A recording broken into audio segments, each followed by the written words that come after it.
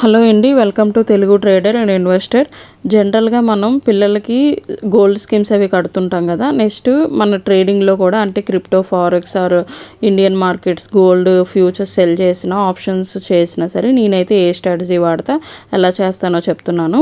So ఇక్కడ మనకి order blocks చూస్తే 1,49,000 ఉంది. అది క్రాస్ అవునంత వరకు కూడా బేరిష్ ట్రెండే నాకు ఉంటుంది. సో బుల్లిష్ ఆర్డర్ బ్లాక్ వచ్చే వరకు ట్రెండ్ అయితే నేను బేరిష్లోనే ఉంటాను. నేను టాప్లో సెల్ చేశానండి గోల్డ్. సో అదే ట్రెండ్ అయితే ప్రజెంట్ కూడా నడుస్తుంది. ఇంకా ఇప్పటిదాకా బుల్లిష్ ఆర్డర్ బ్లాక్ అయితే నాకు రాలేదు.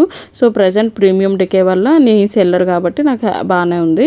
సో ఈ గోల్డ్ స్కీమ్స్ కట్టేటప్పుడు కూడా నేను ఏం చేస్తానంటే ఈ చార్ట్ అనేది ఓపెన్ చేస్తాను. మన చార్ట్ చూసి బుల్లిష్ ఆర్డర్ బ్లాక్ ఉందా, బేరిష్ ఉందో చూస్తా. బేరిష్ ఉంది అంటే ఇంకా మార్కెట్ పడుతుంది. సో అప్పుడే మనం గోల్డ్ లాక్ చేయకూడదు.